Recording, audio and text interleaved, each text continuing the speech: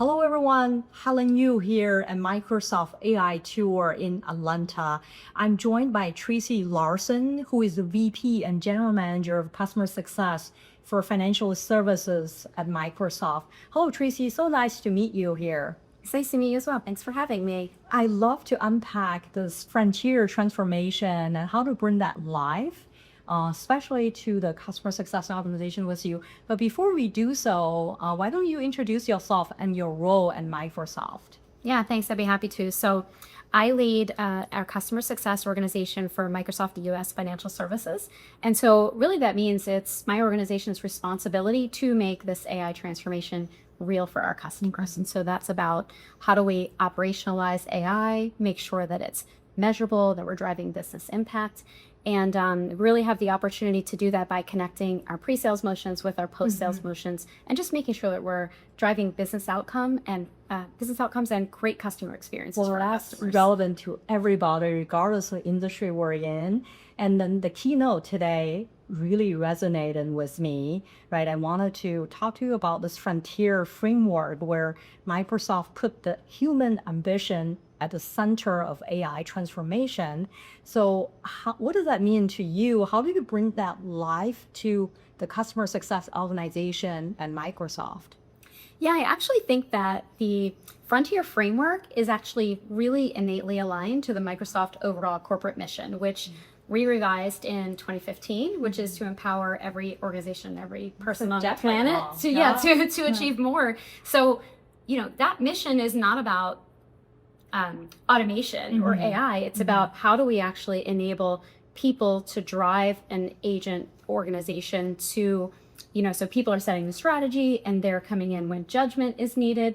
But we have the opportunity to have AI and agentic workflows help do those repeatable processes for it, but we're keeping the person at the middle of it. And I think that's really important. I think it's just really well aligned with what we're trying to do as a company for our employees and for our customers' employees and their customers. So it's really well aligned. And I think for our customer success organization, it's how do we put together a way and a framework to operationalize that so we can help make it real for our customers. A few things that resonate with me, right? To talk about the employee-centric, customer-centric, how about reinventing the business process, plus you're bending the curve with innovation. So thank you for... You're ready to deliver the AI tour message yourself. Absolutely, thank you. And you have been in multiple roles, sales, revenue, post-sales, motion.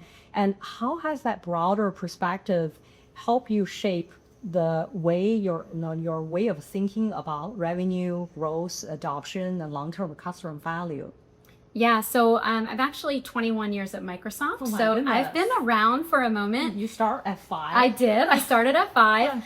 And so I think having really all sales experience prior to taking on this role for customer success, and I had roles where I was really on the account side and the solution side with our Azure business, with our productivity collaboration stack. I think now joining the customer success organization, it really helps to have that deep understanding of our peer organizations, because if we're selling something and we don't have an adoption plan, then we're risking our customers having shelfware. Or if we have an adoption plan, but we haven't thought about what's the business outcome that we're trying to drive and then how are we going to measure that, then we might have activity, but not actually a sticky long-term solution that drives value. And so it's been great to see that really it's about how can we align and have really, really streamlined handoffs that we can do for our customers, so that they don't have this situation where they had intent and they make a decision and then we have this big lull and we're not ready to go forth. And so I think we call it leaning left, like leaning earlier into the process with our customers so that we're ready to take them the moment they have intent to get to that adoption. I love that, leaning left, leaning early, right? Yeah. Well, having been a former Chief Customer Officer, I can relate to what you just described there. So happy to have you here. But you are sitting in the front row for AI transformation. So what are the signals that a company is doing right? Yeah, I mean, I think over the last couple of years, we've had the opportunity to, if we just take Copilot as an example, think about how do we work with our customers to deploy that technology and get value. And over mistakes along the way and some bumps in the road, we've figured out really a repeatable process. And now this is what we use with all of our customers. And the signals that we see are really strong executive sponsorship that's intentional around how they're going to do rollouts and how they're going to measure their AI transformation. We see building in security and governance throughout. That's really important. Training and adoption. I'm here at the AI Tour today. I talked with a lot of customers today. I bet I spent 50% of my time talking about adoption and how we make sure that our customers are able to drive that AI fluency across their employee base. So that's really, really important. I think getting to a place where they have repeatable processes. So things like an AI center of excellence where they have intake for what are the agents that we should consider and how do we prioritize the ones that are going to be maybe the lowest risk and drive the biggest value. And so those are some of the things that we see being the most important. And if we don't have them, we find that projects stall and we're not moving forward at the pace we or our customers want The us to. conversation the customers we have with today is quite different from a year ago. I'm so glad to see Coca-Cola, KPMG both sit up on the stage. They already implemented solutions. Yeah. Right? So congratulations on that. Thank you. And speaking of customer success, right? That's sit in the intersection of not just growth and customer adoption, as well as trust, right? Pam, during the keynote, emphasized the importance of the trust, right? Trust being the foundational layer. On top of that, you have the intelligence on tap. That's how transformable or how frontier transformation happens. So tell us about how that has been involved, that role in the AI journey. Yeah, I mean, I definitely think our customer success's role has evolved. I think we're certainly moving from a situation where we may be more reactive and support focused to now being much more proactive and aligned. Strategic too. Yeah, and I think the other thing is, one of our core tenets from a customer success standpoint is tech intensity. Yeah. And that's always been the case, but tech intensity is evolving and really means something different almost on a weekly basis, right? So the technology keeps changing. So us being able to make sure that our architects and other resources are constantly aware of sort of what is the latest, how does that change, what then do we need to bring to our customers so they can get the most value, that's just really evolving.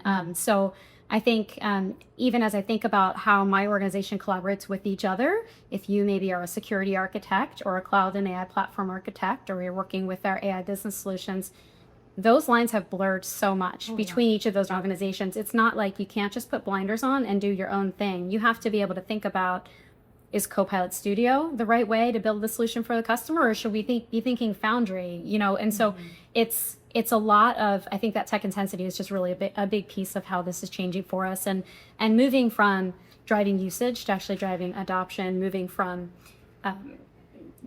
again, business outcomes, it keeps coming back to that, making sure that as we're deploying solutions with our customers, that we're thinking about at the beginning, how are we going to measure that so that we know that we got the ROI on the back end. Back in the days, there was so much manual intensive work, right? When we talk about customer journey or the buyer journey, now I'm so pleased to see you guys have the IQ, the work IQ, that Foundry IQ, and then there's one more IQ there, and then they can help bridge the gaps along the journey. So happy to see you are thrilled about the announcement of Agent 365 as well. Yeah, a couple days away. Yeah, exactly. And then you have taken this role recently. So what has really surprised you or energized you really leading the organization, customer success organization in such a pivotal moment of AI?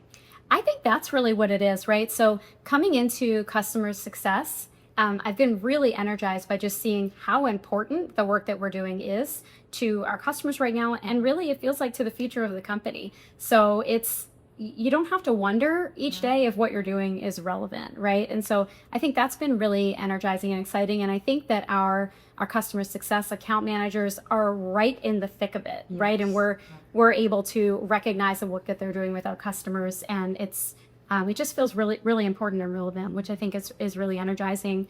I think on the surprise side, it's really about just seeing that having success is really about the basics. So some of the things we mentioned earlier around having a solid framework and following that instead of just the hype. So the hype is exciting and it's glitzy, but the basics are what's really important. Do you have sponsorship? Do you have an adoption plan? How do you make sure security is going to be important and things are going to be governed and measurable? So the basics, I think, are really important. I love the fact that Microsoft being a customer zero to leverage their own solution. Yeah. What surprised me is how fast you've gained the traction, right? Even internally, if you think about such a large organization, the status you shared or Pam shared during keynote really resonated with 9.4% on average per person in the sales organization. That productivity gain plus 20% plus more deal being closed. So kudos to the leadership team.